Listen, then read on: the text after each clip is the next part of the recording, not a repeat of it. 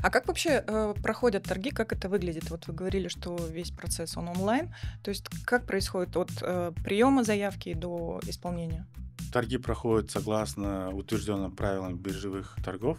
Участники торгов подают заявки, то есть покупатель и продавец размещают заявки в электронной системе, вносят биржевое обеспечение в клиринговый центр, проходят проверки на правильность выставления заявок. Далее проходят сами торги, это уже в онлайн-режиме, они доступны всем. После окончания биржевой сессии покупатель и продавец получают отчет о биржевой сделке. Этот документ дает возможность заключить договор между покупателем и продавцом. После того, как отгрузка осуществляется, освобождается биржевое обеспечение.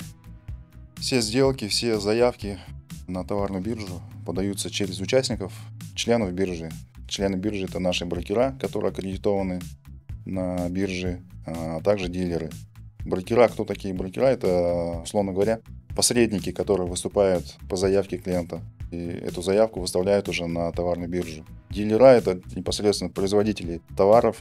Допустим, какой-то завод хочет продать определенную продукцию, он может у нас также аккредитоваться, выставить эту продукцию, этот товар, также его реализовать. Все сделки у нас страхуются и гарантируются внесением биржевого обеспечения с обеих сторон.